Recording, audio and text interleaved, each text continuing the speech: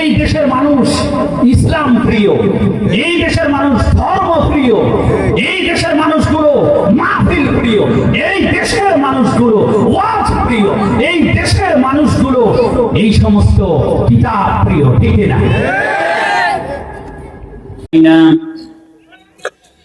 من يهده الله فلا مضل له ومن يضلله فلا هادي له ونشهد أن لا إله إلا الله وحده لا شريك له ونشهد أن سيدنا وسندنا وحبيبنا وطبيبنا وطبيب الروحنا محمد الذي أرسله بالحق بشيرا ونذيرا وداعيا إلى الله بإذنه وسراجا منيرا فقد قال الله تعالى في كلامه المجيد والفرقانه الحميد أعوذ بالله من الشيطان الرجيم إن الله وملائكته يصلون على النبي يا أيها الذين آمنوا صلوا عليه وسلموا تسليما সবাই দরুদ ইব্রাহিম পড়ি, আমার সাথে পড়ে নিন। আল্লাহুম্মা সাল্লি আলা মুহাম্মাদিন ওয়া আলা আলি মুহাম্মাদ কামা সাল্লাইতা আলা ইব্রাহিম ওয়া আলা আলি ইব্রাহিম ইন্নাকা হামিদুম মাজিদ। اللهم بارك على محمد وعلى آل محمد كما باركت على إبراهيم وعلى آل إبراهيم إنك حميد مجيد بلغ العلا بكماله كشف الدجى بجماله حسنت جميع خصاله صلوا عليه وآله بلغ العلا بكماله كشف الدجى بجماله حسنت جميع خصاله صلوا عليه وآله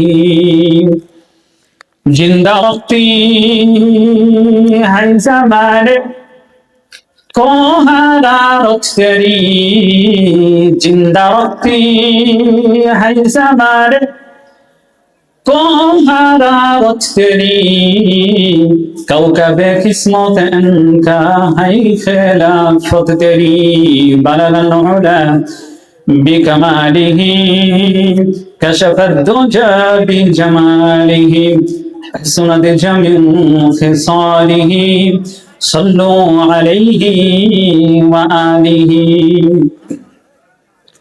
बारे बारे জ্বালাও বাতি, হয়তো বাতি জ্বলবে না, বারে বারে জ্বালাও বাতি, হয়তো বাতি জ্বলবে না, তাই বলে তো ভীরুর মতো বসে থাকা চলবে না।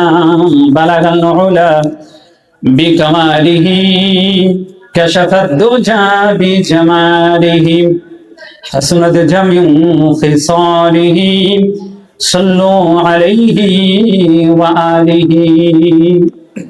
আলহামদুলিল্লাহ, কুমড়ারচর আদর্শ গ্রাম জামে মসজিদের উদ্যোগে দ্বিতীয় বার্ষিক ইসলামী মহাসম্মেলনের সম্মানিত সভাপতি, সহসভাপতি, উদ্বোধক, প্রধান অতিথি, প্রিয় অতিথি, জাতির শ্রেষ্ঠ রাহবার ওলামায়ে কেরাম, আমন্ত্রিত ওলামায়ে কেরাম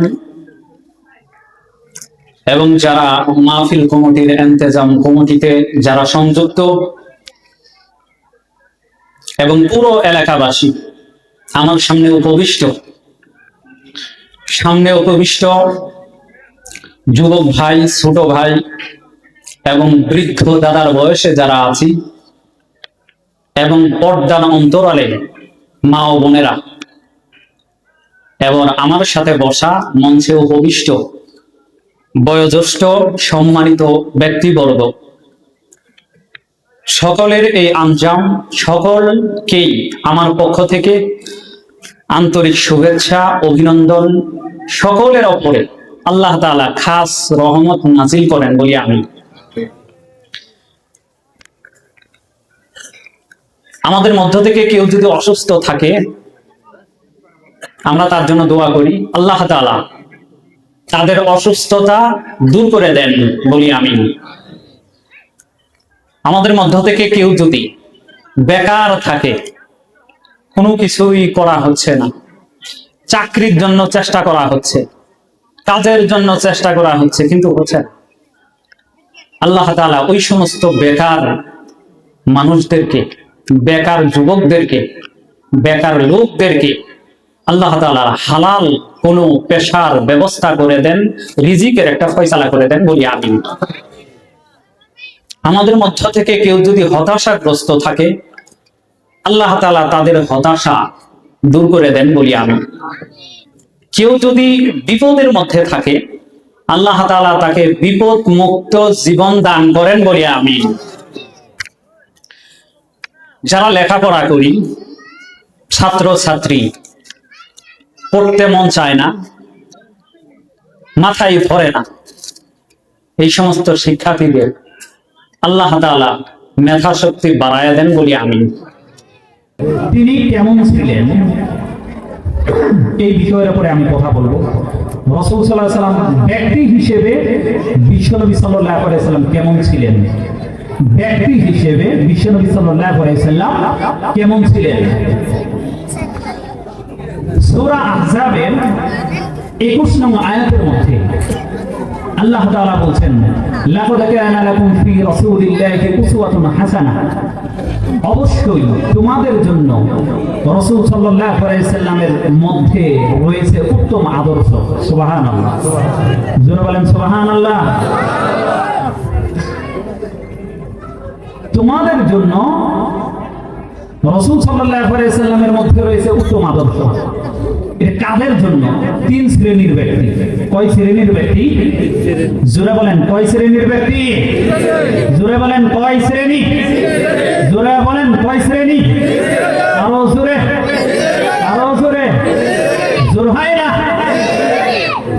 তিন শ্রেণী।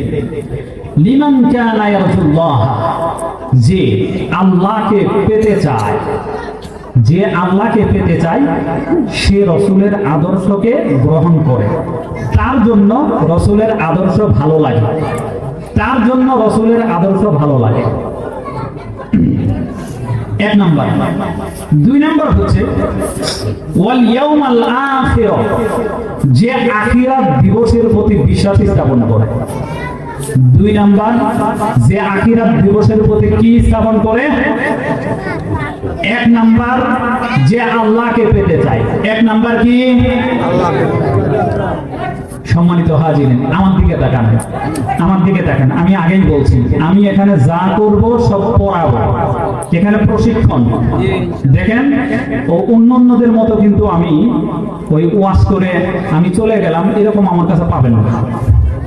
এখানে যা করব সব মুখস্থ করাবো। রাজি আছেন তো ইনশাআল্লাহ? আপনারা মুখস্থ করবেন তো ইনশাআল্লাহ? ওই যে ওই ভাই জোরে আওয়াজ দিচ্ছেন, আল্লাহ ওনার উপরে রহম করেন বলে আমিন। ওনার মতো সবাই জোরে আওয়াজ দেন যে আছি আমরা ইনশাআল্লাহ, মুখস্থ করবো ইনশাআল্লাহ। এক নাম্বার, রাসূল সাল্লাল্লাহু আলাইহি ওয়াসাল্লামের আদর্শ তারা মানবে যে আল্লাহকে পেতে চায়, যে আল্লাহকে পেতে চায়। দুই নাম্বার, যে আখিরাতকে বিশ্বাস করে, যে আখিরাতকে কি করে? বিশ্বাস করে। ওয়া যাকারাল্লাহা কাসীরা। তিন নাম্বার হচ্ছে যে বেশি বেশি আল্লাহর জিকির করে, যে বেশি বেশি আল্লাহর কি করে? জিকির করে। এক নাম্বার, রাসূল সাল্লাল্লাহু আলাইহি ওয়াসাল্লামের হেডলাইনটা আবার বলি, রাসূল সাল্লাল্লাহু আলাইহি ওয়াসাল্লামের আদর্শ তারা গ্রহণ করবে যে আল্লাহকে পেতে চায়, যে আল্লাহকে পেতে চায়। দুই নাম্বার, আখিরাত দিবসের প্রতি বিশ্বাস স্থাপন করে। তিন নাম্বার, বেশি বেশি আল্লাহর জিকির করে। আচ্ছা, আমি আরেকবার বলি, যে আল্লাহকে পেতে চায়, যে আখিরাত দিবসের প্রতি বিশ্বাস স্থাপন করে, যে আল্লাহর বেশি বেশি জিকির করে। কেউ বলতে পারবেন? বলতে পারবেন কেউ? শরম পাইতেছেন? আমি কিন্তু ধরি মা। আচ্ছা, শরম পাইতেছেন, এদিকে জীবনে কখনো আসি নাই। আমি শুধু ওই যে সরকারি কলেজে ছাত্র ক্যাম্পাসে আলোচনা করে গেছিলাম, কিন্তু এদিকে কখনো আসা হয়নি। আচ্ছা, শরম আর দিচ্ছি না। আচ্ছা, মনে আছে মনে হয়, এই জন্য কেউ হাত তুলতেছে না। তাহলে তিনটা গুণ। আচ্ছা, আপনাদের খারাপ লাগতেছে? তিনটা গুণ যাদের ভিতরে থাকবে তারা আল্লাহ রাসূল সাল্লাল্লাহু আলাইহি সাল্লামকে আদর্শ হিসেবে মানবে।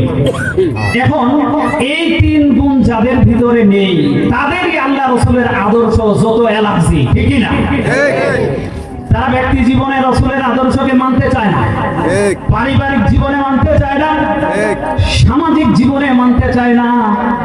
দেশ চালাইতে গিয়ে বলে ওটা তো ইসলাম তো মদিনায়, এত চুলকানি এখন একে হুজুরদের, এইরকম কথা বলে কিনা? আমরা বলি তোরাও যা ইন্ডিয়া, ঠিক কিনা? তোরাও যা আমেরিকা, তোরাও যা ব্রিটেন।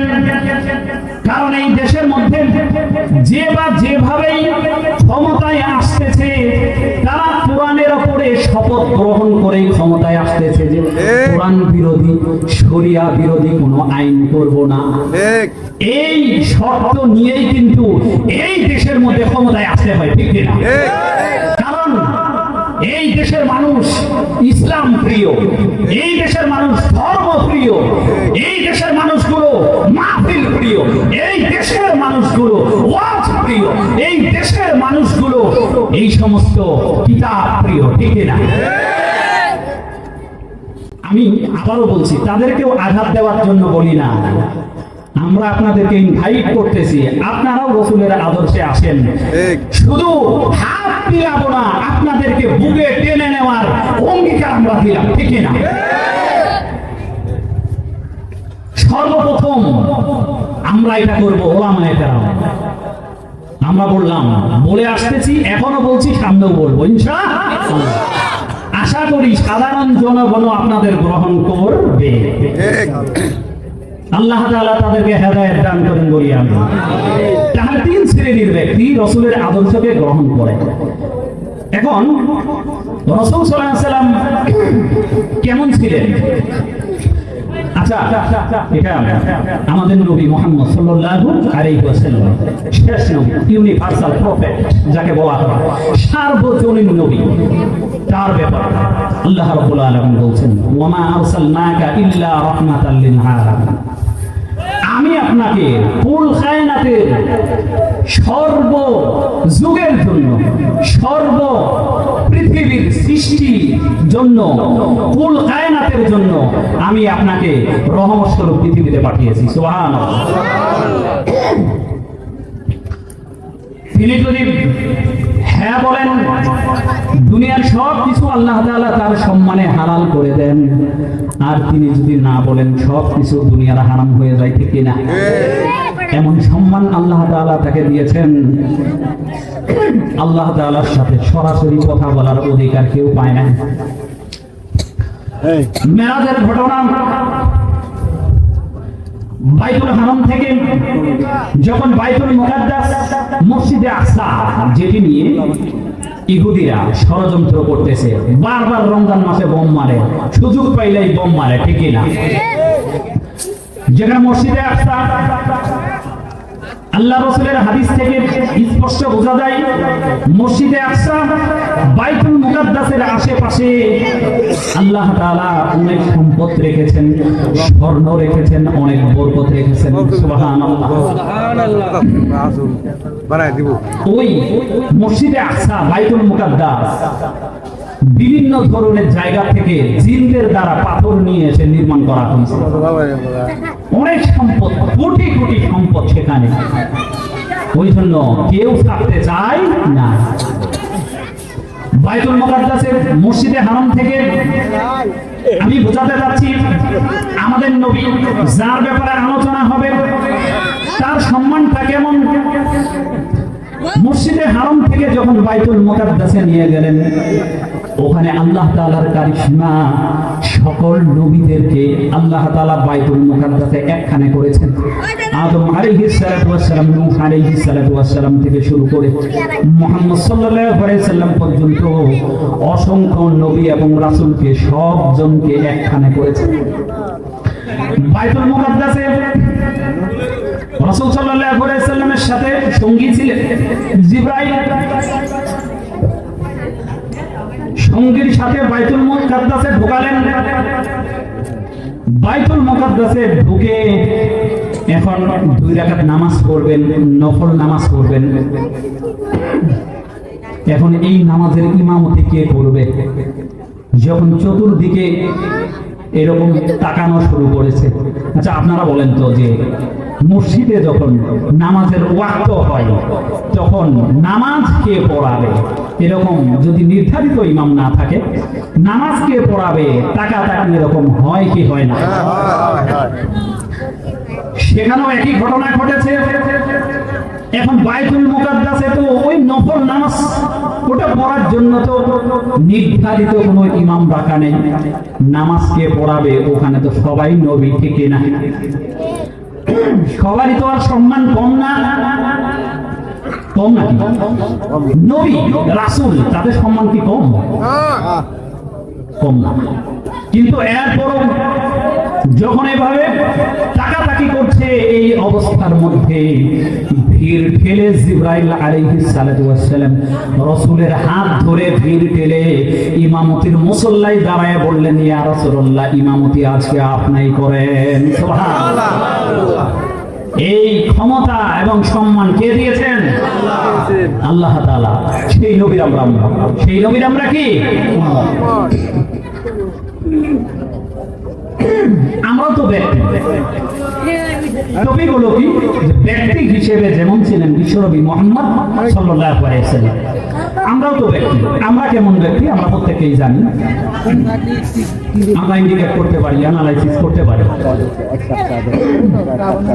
কিন্তু রাসূল সাল্লাল্লাহু আলাইহি ওয়াসাল্লাম কেমন ছিলেন এটা সম্পর্কে আমরা পয়েন্টে পয়েন্টে আমরা জানবো। 1 নাম্বার, ব্যক্তি হিসেবে বিশ্বনবী সাল্লাল্লাহু আলাইহি ওয়াসাল্লাম তিনি সর্বপ্রথম, 1 নাম্বার পয়েন্ট হলো সর্বপ্রথম সবার আগে সালাম দিতেন।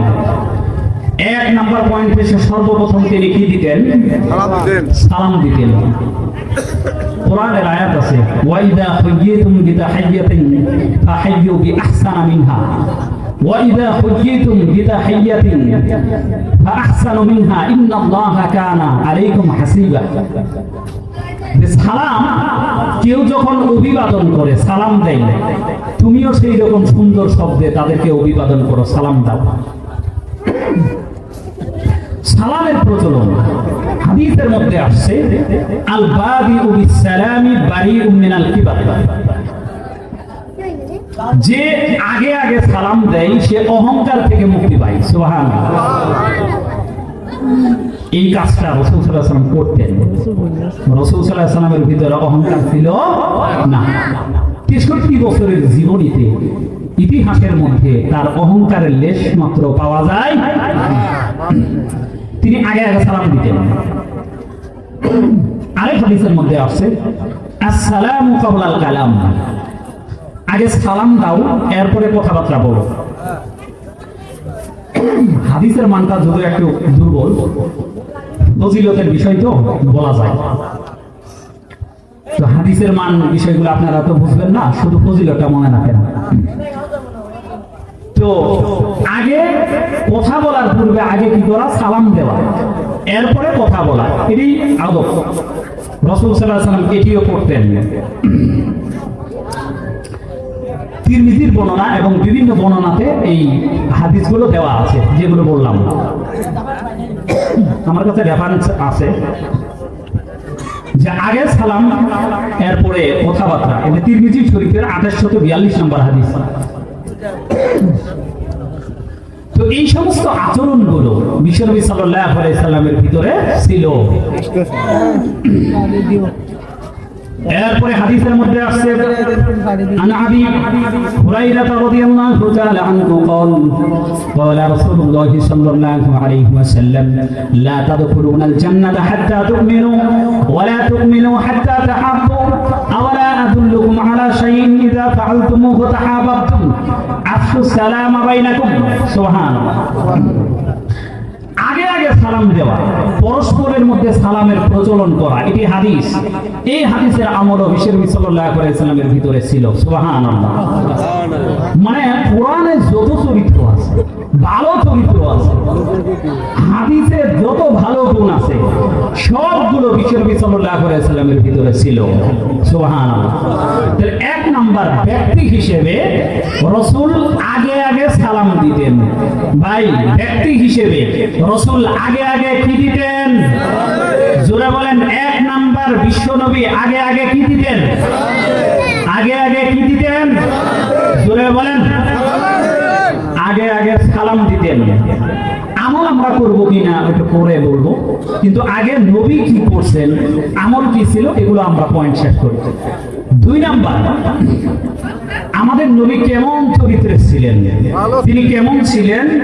দুই নাম্বার হচ্ছে তিনি ব্যক্তিগত কথা গোপন রাখতেন। ব্যক্তিগত কথা কি রাখতেন? হাদিসের মধ্যে আসছে, দেখেন ব্যক্তিগত কথা কিন্তু দুই ধরনের। একটা হচ্ছে আলোচনা, এমনি মনে করেন করতেছে, বন্ধু বান্ধবরা গল্প করতেছে, বললো যে এটা আমার ব্যক্তিগত কথা, কাউকে বলার দরকার নেই, তাহলে এটি কিন্তু আমানত হয়ে গেল, আপনি আর বলতে পারবেন না, ঠিকই না, বলতে পারবেন না।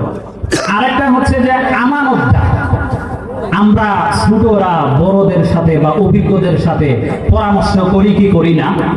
জুড়ে বলেন। পরামর্শ করে চলি কি চলি না? চলি। এখন পরামর্শ যে করে, যে ব্যক্তি পরামর্শ করে আর যার সাথে করে, যার সাথে পরামর্শ করা হয়, যে পরামর্শ করে এ কিন্তু তার কাছে তার দুর্বলতা এবং সমস্যাগুলো তুলে ধরে, ঠিকই না? এখন ব্যক্তিগত কথা বলে ফেলে। এখন ব্যক্তিগত কথা, তার সাথে কোনো একদিন দ্বন্দ্ব লাগলো, ওই সুযোগে সে যদি তার সব ব্যক্তিগত কথা ফাঁস করে দেয়, এটি তার জন্য ঠিক হবে না। রাসূল এই কাজটা করতেন না। মানুষের মান মর্যাদা ইজ্জতের প্রতি হেফাজত করতেন, সম্মান করতেন। মিশকাত শরীফের মধ্যে হাদিস আছে যে মুসলমানের মান ইজ্জত হেফাজত করা মানুষের ফরজ দায়িত্ব, ঠিক না? আজকে দুঃখের কথা হলেও বলতে হয় যে যারা রাজনীতিতে জড়িত, এদের কাছে মানুষের মান সম্মান বলতে কিছু নেই। এরা ল্যাংটা করে পর্যন্ত ছেড়ে দেয়, তা পর্যন্ত ছাড়ে না, ঠিক না? ব্যক্তিগত কথা, ভাই কষ্ট পাবেন না, আমি কষ্ট দেওয়ার জন্য বলি না, আপনারা যা করেন ঠিক করতেছেন। আল্লাহ রাসূল ব্যক্তিগত কথা গোপন রাখতেন, এটা বলা আমার উদ্দেশ্য, শিখা উদ্দেশ্য, ঠিক না? এই জন্য আল্লাহ রাসূল ব্যক্তিগত কথা গোপন রাখতেন, কারণ আল্লাহ রাসূল দেখেন তিনি কেমন নবী ছিলেন। আমাদের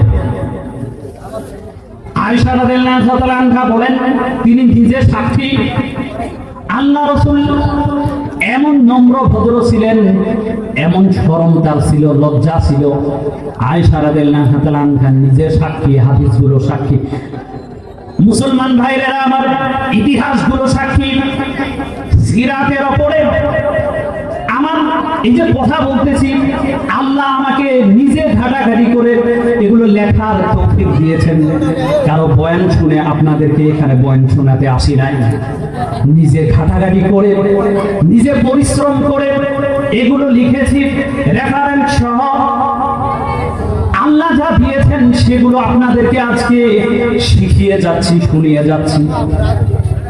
বিশ্বনবী সাল্লাল্লাহু আলাইহি ওয়াসাল্লামের কনিষ্ঠা স্ত্রী আয়েশা রাদিয়াল্লাহু তাআলা আনহা রাসূলের ব্যাপারে বলেন, এমন তিনি লজ্জাশীল ছিলেন, একজন মহিলা সবচাইতে যার লজ্জা বেশি, লজ্জাবতী মহিলার চাইতেও আল্লাহর রাসূলের লজ্জা এবং শরম বেশি ছিল। সুবহানাল্লাহ, এমন শরম ছিল। তিনি ভূমিকম্প হইতেছে,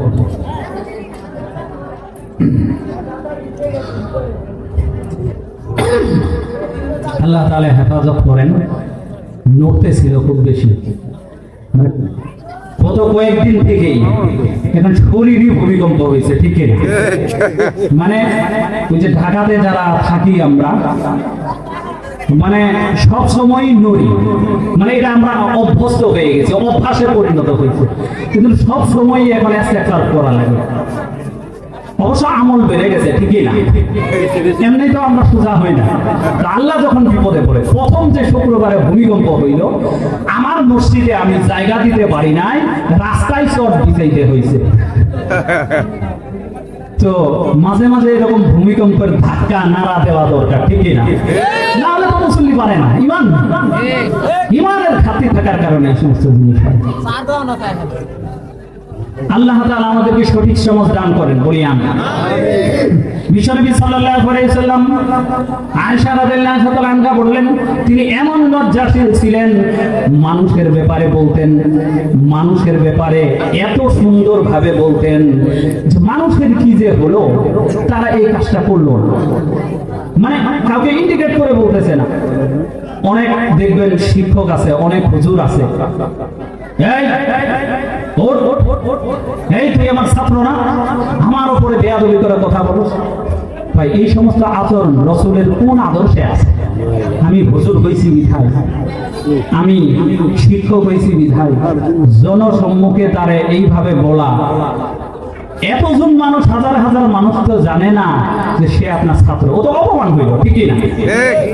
আপনারা পাবেন যে আমার লেখা, নিজস্ব লেখা আছে, শিক্ষক হিসেবে যেমন ছিলেন বিশ্বনবী মুহাম্মদ সাল্লাল্লাহু আলাইহি ওয়াসাল্লাম, ওইটার মধ্যে সাইকোলজিক্যাল নিয়ে আসা হয়েছে, ইতিহাস টেনে নিয়ে আসা হয়েছে, কোরআন টেনে নিয়ে আসা হয়েছে, হাদিস টেনে নিয়ে আসা হয়েছে।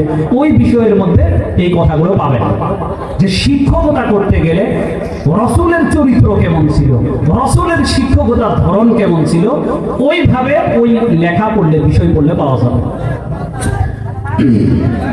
তো আমি বলতেছিলাম যে 2 নাম্বার হলো ব্যক্তিগত কথা তিনি কি রাখতেন? গোপন রাখতেন। বিশ্বনবী সাল্লাল্লাহু আলাইহি ওয়াসাল্লাম বলেন, হে মুসলমানরা, যারা তোমরা পরামর্শ দাও, তোমাদের কাছে ছোটরা বা অনভিজ্ঞরা যারা তোমাদের কাছে পরামর্শ নেয়, তোমরা আমানতদার হবা। ইন্নাল মুস্তাশার মুক্তামান, পরামর্শদাতা হলো আমানতদার, ঠিক না? আমানতদার। মিশকাত শরীফের মধ্যে হাদিস আসছে যে কিয়ামতের যেই সমস্ত আলামত আছে, এর মধ্যে একটা আলামত হলো যে আমানতের খিয়ানত করবে, ঠিক না?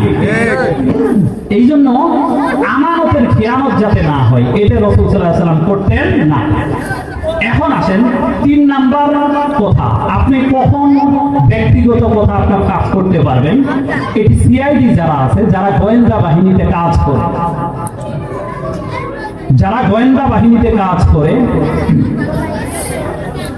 গোয়েন্দা বাহিনীতে যারা কাজ করে, তাদের ক্ষেত্রে আপনি কি করতে পারবেন? ওইটা গোয়েন্দা বাহিনীর কাজ, ওইটা আমার আপনার কাজ না। সিআইডি গিরি করা মুসলমানের নিষেধ ব্যক্তিগতভাবে, ঠিক না?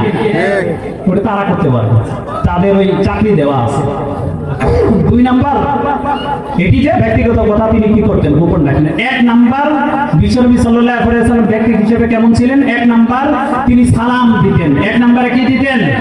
সালাম দিতেন। 2 নাম্বারে ব্যক্তিগত কথা কি করতেন? গোপন রাখতেন। 3 নাম্বারে তিনি ক্ষমা করতেন। 3 নাম্বার কি করতেন? ক্ষমা করতেন। রাসূল সাল্লাল্লাহু আলাইহি ওয়াসাল্লামের কাছে এক ব্যক্তি আসলো, এসে বলল, ইয়া রাসূলুল্লাহ, আমরা তো কর্মচারী পালি, আমরাও পালি কিনা? কর্মচারী পালি, সে তো কাজের মধ্যে ভুল করে, কয়বার করে ক্ষমা করব? রাসূল সাল্লাল্লাহু আলাইহি ওয়াসাল্লাম তিনি চুপ থাকলেন, কোনো কথা বললেন না। এরপরে আবার ওই ব্যক্তি জিজ্ঞেস করল, ইয়া রাসূলুল্লাহ কয়বার করে ক্ষমা করব? এইবারও আল্লাহ রাসূল চুপ থাকলেন, কোনো কথা বললেন না। আবার বললেন, প্রশ্ন করলেন, এইবার তৃতীয়বার বললেন, তুমি 70 বার করে দৈনিক তাকে ক্ষমা করবা। সুবহানাল্লাহ। কেমন তার মন মানসিকতা ছিল, কেমন তার মানসিকতা ছিল, কেমন তার উদার মন ছিল। 70 বার করে ক্ষমা করার নসিহত তিনি করেছেন মানুষদেরকে। সুবহানাল্লাহ। এরপরে আল্লাহ রাসূলকে জাদু করছিল, জানেন তো আপনারা? আল্লাহ রাসূলকে জাদু করছিল।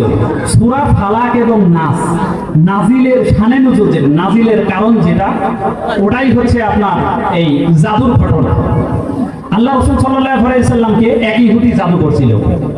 এই জাদু যখন করলো, তখন আল্লাহ রাসূল 6 মাস পর্যন্ত হিতাহিত জ্ঞান তার ছিল না, মানে কাজ উল্টাপাল্টা করে ফেলতেন, অসুস্থ ছিলেন, গুরুতর অসুস্থ, বিবিদেরকে চিনতেন না, সমস্যায় ছিলেন, এরকম একটা অবস্থায় ছিলেন 6 মাস পর্যন্ত। কত মাস? 6 মাস, দীর্ঘ 6 মাস পর্যন্ত। তো রাসূল সাল্লাল্লাহু আলাইহি সাল্লামকে একবার স্বপ্নে দেখানো হলো, দুইজন ফেরেশতা আসলো, একজন মাথার কাছে, আরেকজন হচ্ছে পায়ের কাছে। এসে তারা বলতেছে, এটা সহিহ বুখারী 5763 নম্বর হাদিস। আপনার একজন মাথার কাছে এসে বলতেছে যে এই মানুষটির কি হয়েছে? বলছে তাকে জাদু করা হয়েছে। বলছে কোথায় জাদু করছে? বললো যে কে জাদু করছে? কই লাবিব ইবনে আসাম নামক এক ইহুদি জাদু করছে। কোথায় জাদু করছে? বললে যে চুল এবং চিরুনির মধ্যে জাদু করছে। কই জাদু করে এই চুল এবং চিরুনি রাখছে কই? কই জারওয়ান নামক কূপের মধ্যে রাখছে। এরপরে রাসূল সাল্লাল্লাহু আলাইহি সাল্লামকে স্বপ্নের মাধ্যমে সব জানায় দেয়া হলো। তিনি ঘুম থেকে উঠেই সেই কূপের মধ্যে গেলেন, সেই গিরোগুলো খুললেন। 11টা গিরো দিয়েছিল। সূরা ফালাক এবং নাস, সূরা ফালাকের আয়াত হচ্ছে 5টা, সূরা নাসের আয়াত হচ্ছে 6টা। দুই সূরা মিলে আয়াত সংখ্যা কয়টা হইল? 11টা। 11টা গিরোই দিছিল। এই একটা একটা করে গিরো খুললো, আর তার জাদুটা শেষ হয়ে গেল, তিনি সুস্থ হয়ে গেলেন। সুবহানাল্লাহ। সাহাবায়ে কেরামরা জিজ্ঞাসা করলেন, ইয়া রাসূলুল্লাহ, শত্রুর নামও তো বলে দেয়া হয়েছে, আপনি তার প্রতিশোধ নেন? আল্লাহ রাসূল বললেন যে না, ওয়ামা আরসালনাকা ইল্লা রাহমাতাল লিল আলামিন, আমাকে আল্লাহ রাব্বুল আলামিন এই পৃথিবীতে রহমত স্বরূপ পাঠিয়েছেন, আমাকে প্রতিশোধ নেওয়ার জন্য পাঠাননি, আমাকে ক্ষমা করার গুণ দিয়ে পাঠানো হয়েছে। সুবহানাল্লাহ। এজন্য তিনি কি করতেন? ক্ষমা করতেন। এরপরে ফতহে মক্কা, ইতিহাসের পাতা সাক্ষী। ফতহে মক্কা 13টা বছর পর্যন্ত কাফেররা জ্বালাইছে, মারছে, ঠিক না? ফতহে মক্কা যখন হলো, বিজয় যখন হলো, তখন সমস্ত কাফেররা ঘর থেকে বের হয়ে বিড়ালের মতো পালাতে চাচ্ছিল। বিশ্বনবী সাল্লাল্লাহু আলাইহি সাল্লাম কাবার মধ্যে দাঁড়িয়ে বললেন যে এই যারা কুরাইশ বংশের আছো, হে আরববাসীরা, তোমরা আমার কথা শোনো, তোমাদেরকে আজকে সাধারণ ক্ষমার ঘোষণা করা হলো। আমি আজকে সেই কথাই বলবো, আমার ভাই ইউসুফ যেই কথা বলেছিল, লা তাসরিবা আলাইকুমুল ইয়াউম, আজকে আমিও সেই কথা বলছি। অনেক কিছু করেছো, সেদিকে আমি যাচ্ছি না, আমি সব কিছু ভুলে গিয়ে তোমাদের সবাইকে সাধারণ ক্ষমার ঘোষণা করা হলো। সুবহানাল্লাহ। এরপরে কিতাবুল উজুর মধ্যে বুখারী শরীফের ঘটনা আসছে যে তিনি কেমন ক্ষমাশীল ছিলেন। এক ইহুদি মসজিদের মধ্যে এক বেদুইন মসজিদের মধ্যে সোজা এসে পেশাব করে দিল। সহিহ বুখারীর কিতাবুল উজুর মধ্যে ঘটনা। মসজিদের মধ্যে সোজা এসে কি করে দিল? পেশাব করে দিল। এই পেশাব করে দেওয়াতে আপনার সাহাবায়ে কেরামরা দেখলেন, আল্লাহ রাসূলকে বললেন, ইয়া রাসূলুল্লাহ, যেই কাম ঘটাইলো আপনি অনুমতি দেন, কল্লা উড়াই দেই।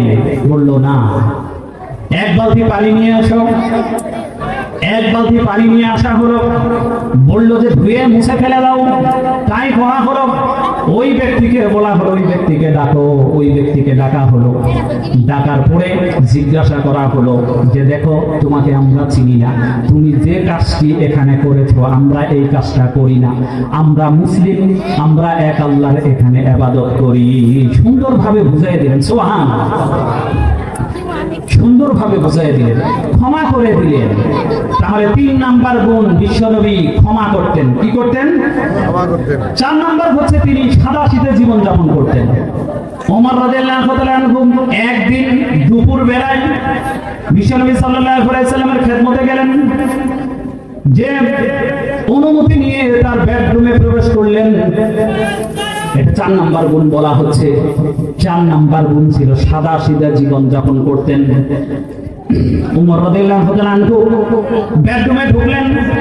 ঢোকার পরে তিনি দেখলেন যিনি পুরো কায়নাতের নবী, বিশ্ব নবী সাল্লাল্লাহু আলাইহি ওয়াসাল্লাম, তিনি খেজুর পাতার চাটাইয়ের মধ্যে তিনি শুয়ে আছেন।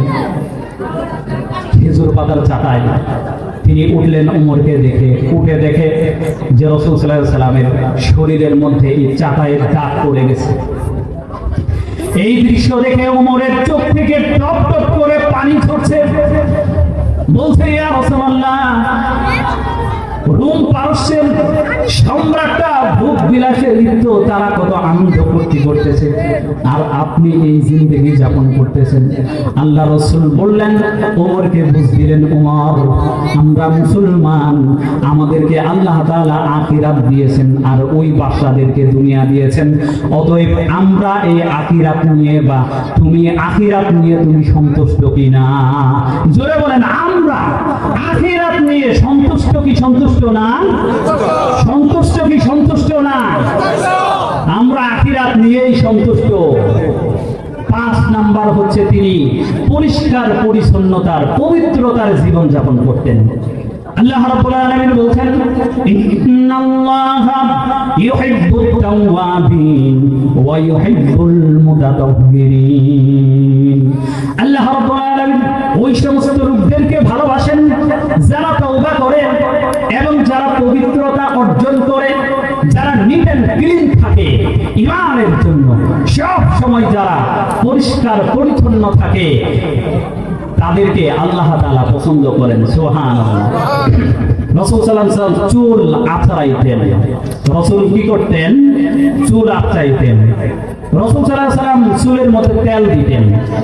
আমাদের কিছু বাবা আছে, তাদের গোসলও লাগে না, চুলও আঁচড়া লাগে না। ঠিক না বেঠিক? ভাই আপনাকে কষ্ট দেওয়ার জন্য বলি, আল্লাহ রাসূল চুল আঁচড়াইতেন। এই যে এখানে আমার কাছে রেফারেন্স আছে, চুল আঁচড়াইতেন, তেল দিতেন, পরিষ্কার পরিচ্ছন্ন থাকতেন, গোসল করতেন। অতএব আপনিও যদি আল্লাহ রাসূলের ওয়ারিস হন, পীর খারাপ জিনিস নয়। পীর হচ্ছে এই ভারত উপমহাদেশে পীরদের মাধ্যমে পীররা অনেক ভূমিকা ইসলামের জন্য রেখেছেন। ঠিক না বেটি? তাদেরকে মাইনাস করেও এই দুনিয়াতে, এই দেশে চলা যাবে না। আমরা সমালোচনা করি যারা উল্টো পাল্টা। ঠিক না বেটি? এই জন্য আমি 5টা বিশ্বনবী সাল্লাল্লাহু আলাইহি ওয়াসাল্লাম কে, বিশ্বনবী সাল্লাল্লাহু আলাইহি ওয়াসাল্লাম কে, তার আদর্শকে মানবে 3 গুণ সম্পন্ন ব্যক্তি। কয় গুণ? একটু ঝালাই দিতেছি, আমার আলোচনা শেষ, ঝালাই দিচ্ছি। 1 নাম্বার, যারা আল্লাহকে পেতে চায়। যারা কি করতে চায়? আল্লাহকে পেতে চায়। 2, যারা আখিরাত দিবসকে বিশ্বাস করে। 3, যারা আল্লাহর জিকির বেশি বেশি করে। এরপরে 5টি পয়েন্টের উপরে আমরা বললাম বিশ্বনবী সাল্লাল্লাহু আলাইহি ওয়াসাল্লাম ব্যক্তি হিসেবে তিনি 5টা পয়েন্টের উপরে আমরা বললাম, অনেকগুলো আছে। 1 নাম্বার, তিনি আগে আগে সালাম দিতেন। তিনি আগে আগে কি করতেন? সালাম দিতেন। 2 নাম্বার, তিনি ব্যক্তিগত কথা গোপন রাখতেন। 3 নাম্বার, ক্ষমা করতেন। 4 নাম্বার, সাদা সিধা জীবন যাপন করতেন। 5 নাম্বার, পরিষ্কার পরিচ্ছন্ন পবিত্রতার জীবন যাপন করতেন। আল্লাহ তাআলা আমাদেরকে যেন এই কথা অনুযায়ী বিশ্বনবী সাল্লাল্লাহু আলাইহি ওয়াসাল্লামের বরকতময় এই কথাগুলো আলোচনা, যাতে আমাদের সকলকে আলোচনাগুলো আমল করার তৌফিক দান করেন, বলি আমিন। ওয়া আখিরু দাওয়ানা আনিল হামদুলিল্লাহি রাব্বিল আলামিন। আসসালামু আলাইকুম ওয়া রাহমাতুল্লাহি ওয়া বারাকাতুহু।